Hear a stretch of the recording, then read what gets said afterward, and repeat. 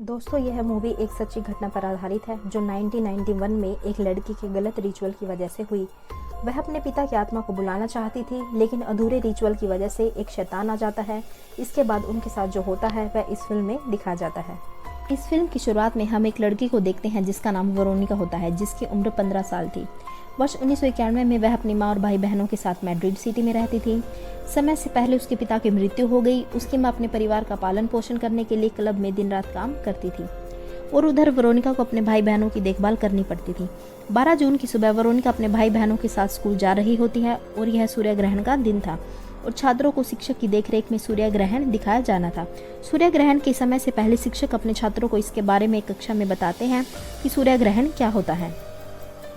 शिक्षक उन्हें बताते हैं कि प्राचीन समय में लोग सूर्य ग्रहण के दौरान किसी की बलि देते थे। इसके अलावा यह भी माना जाता था कि बुरे व्यक्ति की आत्मा को इस दुनिया में कोई भी बुला सकता है। इस समय हम देखते हैं कि वेरोनिका को सूर्य ग्रहण देखने में कोई इंटरेस्ट नहीं है, बल्कि वह अपने दोस्तों के साथ कुछ प्लान कर रही होती है। जब सारे बच्चे टीचर के साथ सूर्य ग्रहण देखने जा रहे होते हैं, तब वेरोनिका अपने दोस्तों रोजा और डायना के साथ स्कूल के तहखाने में जाती है, जहां वे एक रिचुअल करने जा रहे थे। वे स्पिरिट बोर्ड के माध्यम से किसी की आत्मा से संपर्क करना चाहते थे। डायना अपने दोस्त की आत्मा को बुलाना चाहती थी जो 1 महीने पहले एक दुर्घटना में मर गई थी, और वेरोनिका अपने पिता की आत्मा को बुलाना चाहती थी। अब वे सबसे पहले स्पिरिट बोर्ड के सामने वेरोनिका के पिता की तस्वीर रखते हैं और वे उसकी आत्मा से संपर्क करने का प्रयास करते हैं। तीनों लड़कियां कांच के कप पर हाथ रखती हैं और तुरंत प्रतिक्रिया भी मिलती है। वह कांच का कप आत्माओं की प्रतिक्रिया पर हिलना शुरू कर देता है और वह कांच का कप इतना गर्म हो जाता है कि रोजा और डायना अपनी उंगलियां वापस खींच लेती हैं, जबकि वेरोनिका अकेले ही उस कप पर अपनी उंगली लगाकर रखती है।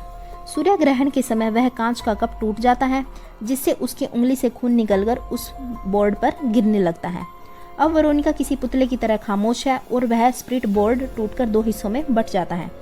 इस बीच बेसमेंट में अजीबोगरीब गतिविधियां शुरू हो जाती हैं, जिसे देख डायना चीखने लगती है। अब वेरोनिका जमीन पर लेटी हुई कुछ फुसफुसा रही होती है। अचानक वह शैतानी आवाज में चिल्लाने लगती है और बेहोश हो जाती है।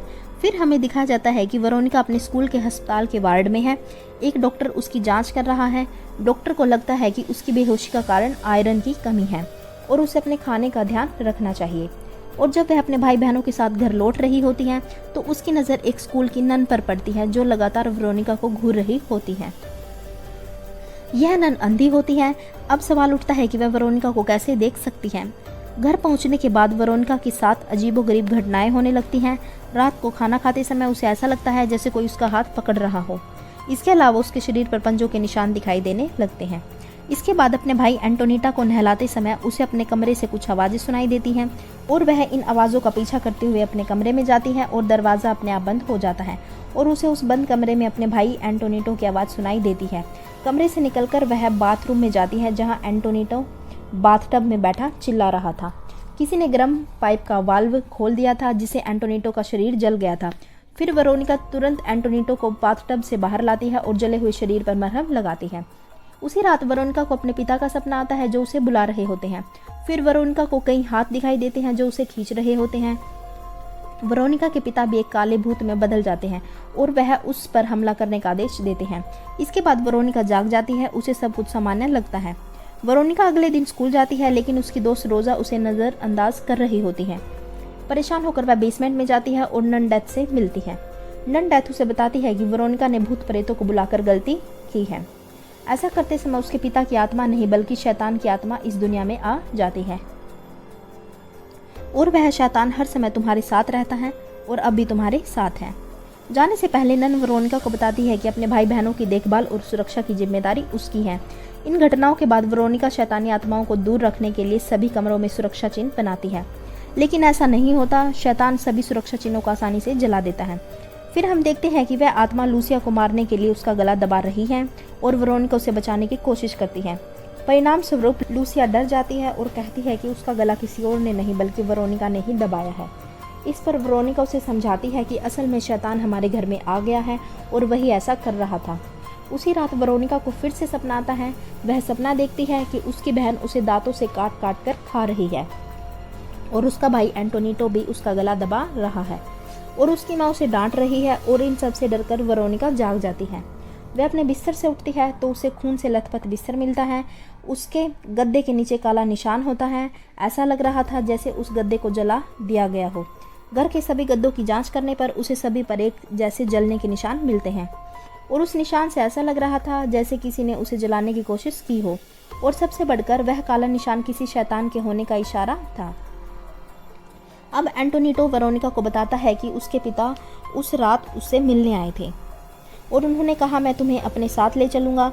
यह सुनकर वेरोनिका डर जाती है और अपने भाई से कहती है कि किसी के पीछे जाने की ज़रूरत नहीं है और आंख कान बंद करके उसे वेरोनिका को बुलाना चाहिए ताकि वह वहाँ आ जाए।